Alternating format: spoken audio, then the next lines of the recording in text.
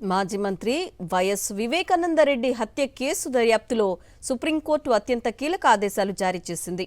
ఈ కేసులో ప్రతి అంశంపై మళ్లీ మినీ ట్రయల్స్ నిర్వహించడం సాధ్యం కాదని తేల్చి చెప్పింది. దర్యాప్తును వేగంగా ముగించాలని జస్టిస్ ఎంఎం సుందరేష్, జస్టిస్ ఎన్ కోటీశ్వరితో కూడిన ధర్మాసనం సీబీఐని ఆదేశించింది.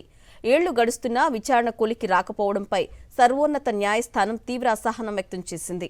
దర్యాప్తు ప్రక్రియ నిరంతరం కొనసాగుతూ ఉంటే అది అంతులేకుండా పోతుందని, న్యాయం జరగడంలో జాప్యం అవుతుందని హెచ్చరించింది. మాజీ మంత్రి వివేక హత్య కేసులో సుప్రీంకోర్టు కీలక ఆదేశాలు జారీ చేసింది.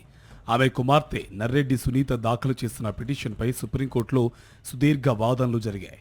సునీత తరపున సీనియర్ న్యాయవాది సిద్ధార్థ లూత్రా వాదనలు వినిపిస్తూ కేవలం ఒక నిర్దిష్ట అంశంపైనే దర్యాప్తు చేయాలని సీబీఐని ట్రయల్ కోర్టు ఆదేశించినట్టు చెప్పారు.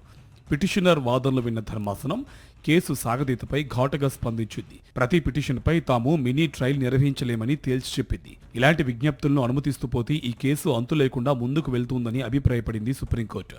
ఇలాగే విచారణను సాగదీస్తే దర్యాప్తు పూర్తి కావడానికి మరో 3-4 ఏళ్లు పడుతుందని, ఇది న్యాయ ప్రక్రియకు విఘాతం కలిగించడమే అవుతుందని జస్టిస్ సుందరేష్ పేర్కొన్నారు. సీబీఐ తరపు న్యాయవాది వాదనలు వినిపిస్తూ ఈ కేసులో ప్రధాన దర్యాప్తు ఇప్పటికే పూర్తయిందని, ట్రయల్ కోర్టు ఆదేశాల మేరకు అదనపు విచారణ కొనసాగిస్తున్నట్టు తెలిపారు.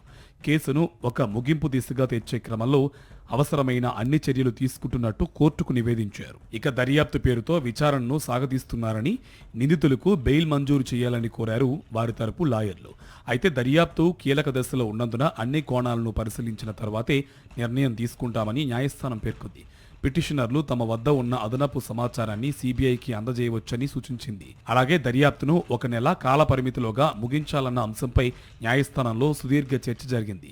ట్రయల్ కోర్టు ఆదేశాల మేరకు సీబీఐ తన దర్యాప్తును కొనసాగించవచ్చని సుప్రీంకోర్టు స్పష్టం చేసింది. ఎవరిని విచారించాలి, ఎవరిని అదుపులోకి తీసుకోవాలి అనే అంశాలపై తాము ఎలాంటి ప్రత్యేక ఆదేశాలు ఇవ్వబోమని, అది పూర్తిగా దర్యాప్తు సంస్థ విచక్షణకు సంబంధించిన విషయమని తేల్చి చెప్పింది సుప్రీంకోర్టు.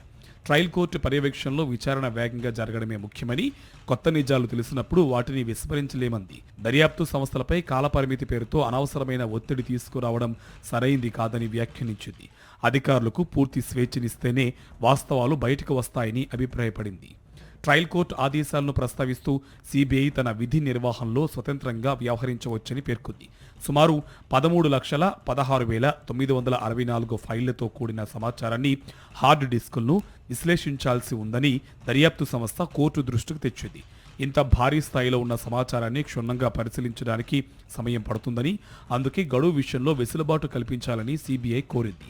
సునీత దాఖలు చేసిన పిటిషన్పై స్పష్టతనిస్తూ కాలయాపన చేయకుండా కేసును ఓ కొలిక్కి తీసుకురావాలని ఆదేశిస్తూ విచారణను ధర్మాసనం వాయిదా వేసింది.